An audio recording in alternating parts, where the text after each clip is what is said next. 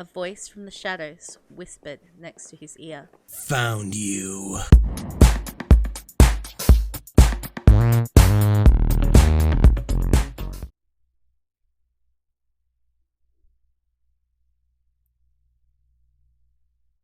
The graded papers weighed down Mark's shoulder as he adjusted his shoulder strap. He descended downstairs straight towards Professor Mickelson's office, hoping he wasn't too late. The professor was one of those unconventional people who worked at all hours. He wasn't a workaholic, but he was a night owl. Mark had no clue where he got the energy. Mark found the professor in his cramped office frowning over a stack of essays. With his red pen in one hand, he loomed over his students' work. The professor rubbed his eyes as he concentrated. Mark was impressed by his late-night dedication. Between committees, research, student organizations, and grading, he was a busy faculty member. Mark wondered what it'd be like to work in academia. It was tempting to have power, to discuss things as an equal amongst experts, to be addressed as doctor or professor, influence minds, maybe even change the world with a shocking discovery. The job was almost perfect, except for grading finals. The professor grimaced as he turned a page. He leaned away from a student's paper and waved it in the air. Do my students even realize they're taking ancient civilizations? Listen to this one. Julius Caesar is a great man because he invented the Caesar salad. Oh, I could go for a Caesar salad right now. Well, it's better than last year's Greeks or college students in fraternities and sororities. Always the optimist. Keep that trait. Professor Mickelson took the graded papers from Mark's hands. You're freezing! Really? I'm comfortable. You're finished with these papers? Thanks. You've been a huge help this semester. It's difficult to find a quiet moment to grade around here. I saw the tail end of the amphitheater performance outside. Your twin friends were there. I don't think I've told you, but they'd taken one of my classes before. It's unfortunate. They were with some unsavory company tonight. I advise you to stay away. Your future depends on it. Bad company is bad for the mind. I think I know who you're talking about. They've been hanging out with Kyle and Nate since the start of the semester. Neither are doing well. Kyle and Nate are always exhausted, coming home late. I think they're getting into fights. They come home with cuts and bruises. I'll be careful, Professor. I'll be careful, Professor. Very well. Did you see the performance? Yes, this semester's theme is immortality. That's why the acting troupe chose Dorian Gray. They'll perform Frankenstein next month. The professor stilled. Immortality? That's an interesting choice. Do you think immortal characters are portrayed mostly as good or as evil in literary sources? Just curious. Most stories always have them as the bad guys. Ah, I agree. What's your opinion? If immortal beings such as vampires existed, do you think they would be evil? If they're real, I think it'd be wrong to judge them. But what if they kill those they bite? Very few vampires are murderers. At least in today's fiction. Mark thought Nate would be shocked to hear that Professor Mickelson read vampire books. Sometimes Mickelson talked about his hobby. Usually when Professor Mickelson spoke about immortality or vampire lore, he was always animated. He liked the mystery of how these stories appeared across many societies. Today's fiction? I thought you liked the classics. I try to keep up with the times. Glancing at the doctor's tweed jacket and bow tie, Mark doubted his statement. If you were given the opportunity to be immortal, like the vampires, would you be one? If I found a girl I loved to share my life, then maybe. What about drinking blood? Abandoning humanity and not being able to stand sunlight? Who'd want to live as a monster? People are too fragile. Just look at what happened to my mom. It was cancer, wasn't it? Mark nodded. I'd want to have all the time in the world to explore, to actually experience the ages. The side effects would be a small price for studying centuries. Don't you also think so, Professor? As they stood in his dark office, Mickelson didn't answer.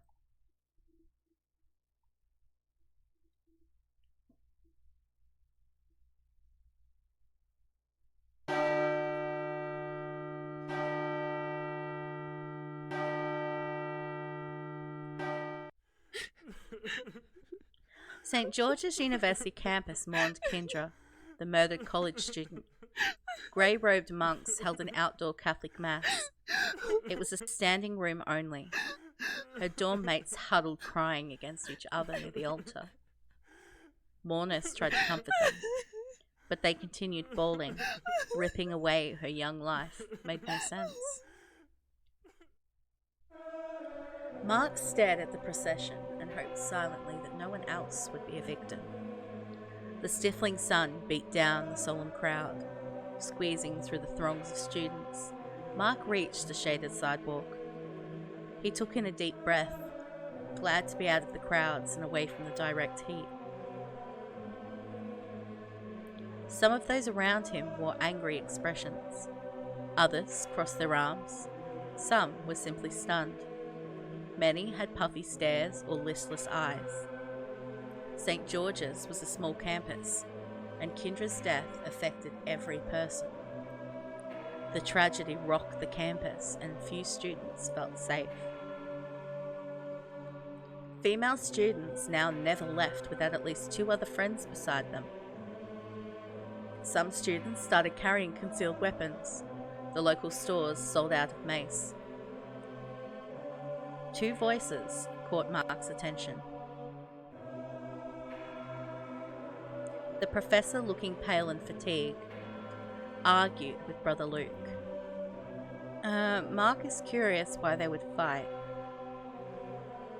Usually, Mickelson was polite with Mark's French professor, so it shocked Mark to see how the two were bickering. The professor kept his distance from the monk.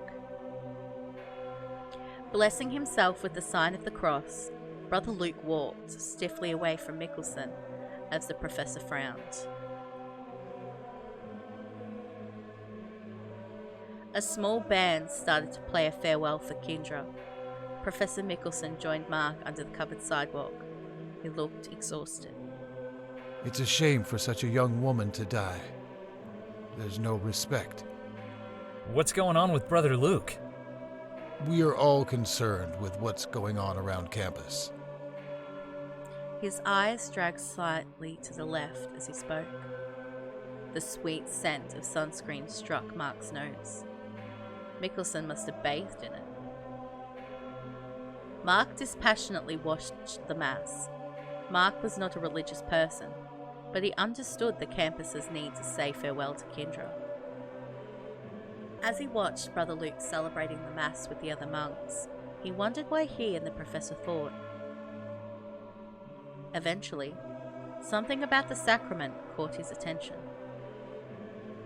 Curious by the steps in the service, Mark noticed the priest holding up something small and round.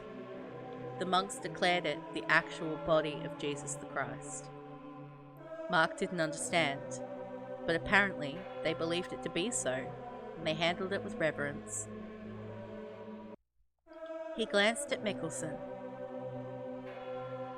Mickelson turned away from the sight. Mark was about to whisper to him when the monks proceeded to step among the crowd, blessing the students with sprinkles of holy water. Flick, flick. As they passed, a few present proceeded to reverently make the sign of their cross, beginning by raising their hands to their forehead, touching their upper stomach, and ending the movement by touching both shoulders. The monks walked, sprinkling water left and right. Some of it landed on Mark and those beneath the shaded sidewalk. The professor slumped and leaned against the brick wall. Are you all right? Professor Mickelson looked ill. His breathing quickened, his skin ashen. Just a little weak. I think I did too much today and yesterday. Class has been cancelled, so you need not come. Mickelson straightened himself and grimaced. Mark frowned at his pained expression. I'll be okay. Will I see you at the Society of Arts tomorrow? Yeah, I'll be there. Yeah, I'll be there.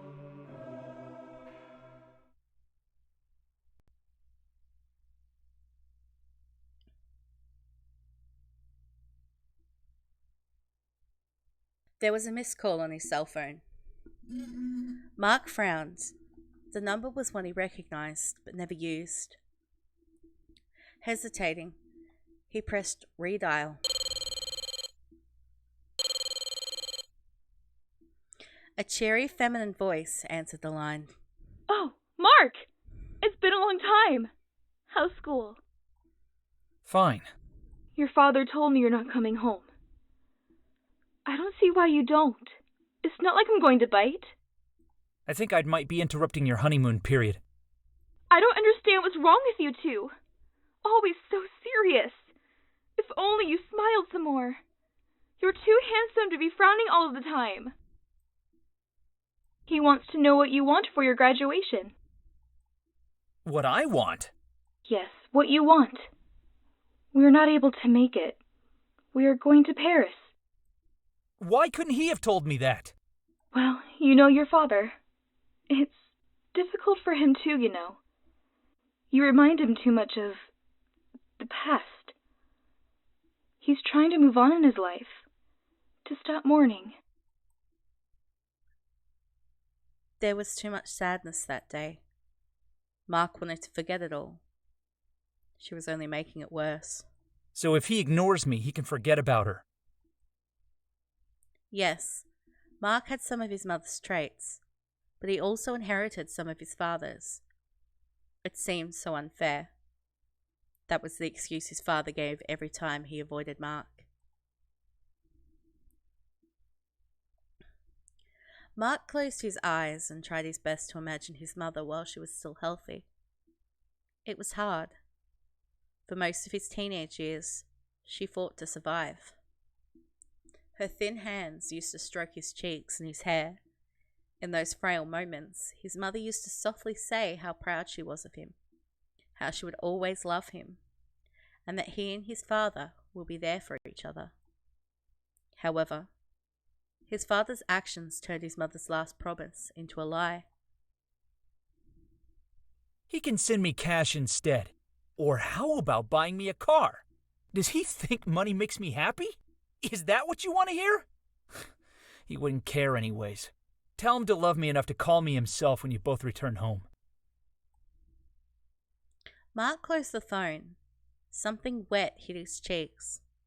Lifting his hand, he realized he was crying. A knock rapped on his door. He quickly wiped his face. It was the twins. Nate and I wanted to know if you want to study at the library. Since when are you interested in studying? Sorry, we heard through the walls. Fight with your stepmom again? Mark looked embarrassed. Sure. Sounds like a good idea.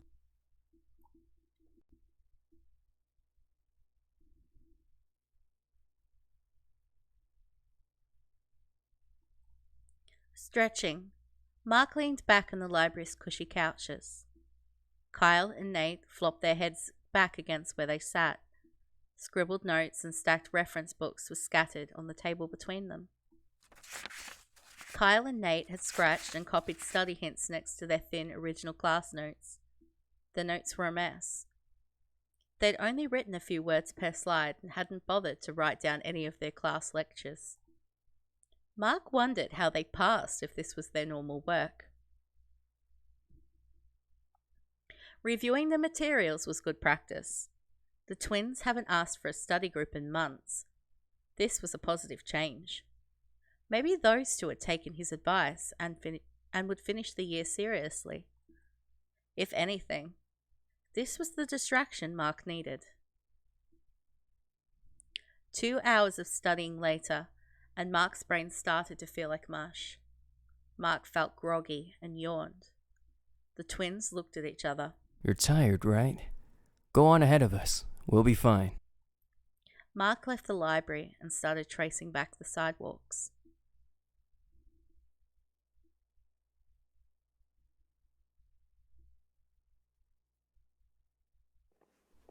It was dark and quiet around the campus. No one was around. A soft breeze blew past Mark. He rubbed his arms, trying to smooth the goosebumps that rose. He turned the corner around the gym. A voice from the shadows whispered next to his ear. Found you. A heavy weight tackled him against the gym wall. His judo reflex condition made him flip his attacker. Before he could make a step to run, the green-haired punk leapt back, handling him. A stinging, throbbing pain laced through his cheek. A fist came towards him. Mark saw it coming, but couldn't dodge it. With a loud smack, Mark was hit with an uppercut. He slumped as his shirt collar was grabbed. His attacker lifted him from the ground. Mark kicked out his feet, but the punk ignored him. Mark couldn't move as teeth sunk in his neck. As he hollered for help, a clammy hand covered his mouth. Mark quickly lost his strength. His green mohawked attacker gave him a bloody grin. That will keep you quiet. Drop that student. The punk swung around towards Mickelson. The skull charm around his neck chimed with the movement. He hissed in frustration. The shock blocked Mickelson's view of his victim. What are you going to do? You're not the boss of me. Mickelson pulled out a stake from his inside jacket pocket and took measured steps towards Mark's attacker. I've been keeping an eye on you, Skulls. Don't break the code. Use only willing donors. Keep the secret safe. Mark fought to remain conscious. Panting and keeping his hand on his neck wounds, he had to think of something. Anything. He fought to stay awake. Skulls. Where had he seen that necklace before? Was this creep a vampire wannabe? He hoped the professor found help soon. I haven't done anything wrong, Enforcer. I was thirsty. You're killing him. What do you care? It's just an animal. He threw Mark to the ground and flicked open a switchblade. Mark wanted to call out to his mentor, warn him. But Mark held back. If he called out, it could fatally distract the professor. Mark shivered. He could die. They both could die. That kind of attitude is what gets you killed! Mickelson rushed at the vampire. The green-haired vampire stepped back as the stake swiped the front of his shirt. They grappled. Mickelson kicked out. The attacker slammed into the wall before sliding partway. He pushed himself off the wall, launching at Mickelson. Mickelson sidestepped the incoming punch. The fanged attacker stumbled before turning around. Thunk! A sickening crack and a squish. Mickelson staked the man's chest. Horror crossed the attacker's face as he realized what happened. I enforce the code! That's why I care. He pulled the stake out and the vampire fell face down with a muffled thud.